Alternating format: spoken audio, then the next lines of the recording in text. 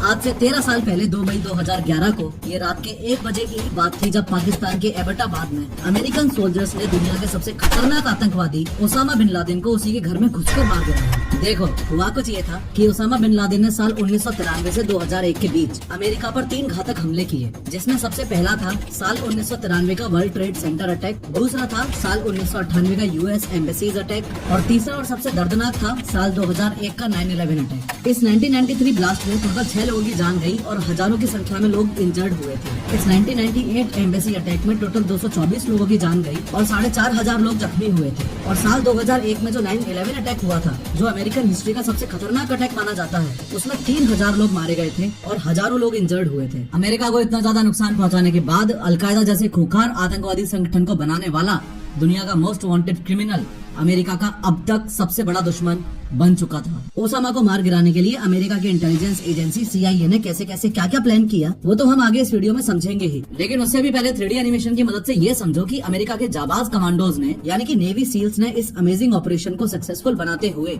Osama के room में जाके उसमें 3 गोलियां कैसे दागी। सबसे पहले मैप्स एंड लोकेशंस पर एक नजर मार लो। ये है अपना भारत और इधर अपने पड़ोसी गरीब देश पाकिस्तान में यहाँ एक सिटी है जिसका नाम है एबटाबाद। जब सील्स ने ओसामा बिन लादेन को मारा उस समय वो यहाँ एबटाबाद में ही छुपके बैठा हुआ था। आपको ये भी पता होना चाहिए कि इस ऑपरेशन के लिए सील टीम के हेलीकॉप्टर्स ने अफगानिस्तान में एक सिटी जलालाबाद से उड़ान भरी थी। ये जलालाबाद ही यूएस नेवी सील्स का बेस था। ओवरऑल इस मिशन में सील्स टीम को जलालाबाद से एबटाबाद जाकर ओसामा बिन लादेन को मारकर वापस जलालाबाद सेफली आना था और इस मिशन का नाम ऑपरेशन नेपच्यून स्पीयर रखा गया था।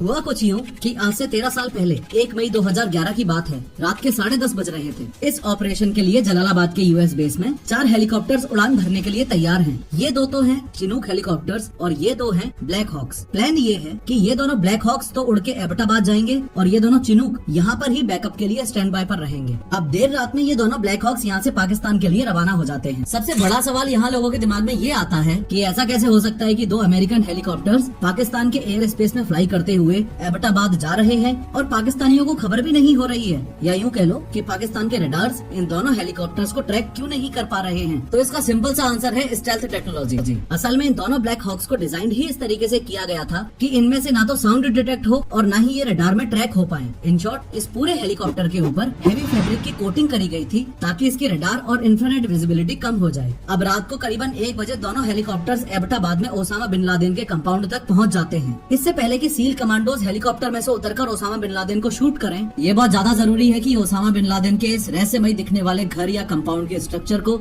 आप अच्छे से समझ लो। ये जो ऑलमोस्ट ट्रायंगुलर शेप्ड प्रॉपर्टी आपको दिख रही है, ये पाकिस्तान के एबटाबाद नामक शहर में ओसामा के छिपे रहने का ठिकाना था। आप क्लियरली नोटिस कर पा रहे हो कि ये प्रॉपर्टी कितनी ज्यादा आइसोलेटेड है। आसपास सटा हुआ कोई भी मकान आपको देखने को नहीं मिलेगा। इसमें ओसामा बिन लादेन इस टॉप फ्लोर पर यहाँ रहता था। सामने से ये रास्ता है और ये लेफ्ट साइड वाला कंपाउंड खाली पड़ा रहता था। इसमें ये लोग सिर्फ कचरा जलाते थे। ये घर की मेन देखा कसं केली आलं सोफा देखा सोफा देखा ये सोफा खाना ए देखा सोफा देखा फूड लॉट पैरों में गए पतलिया ये अपने जून क्रिसमस हीरो जरा पत्थर स्टोर छोड़ स्टोर ले आया दवा नहीं है और लो देखिए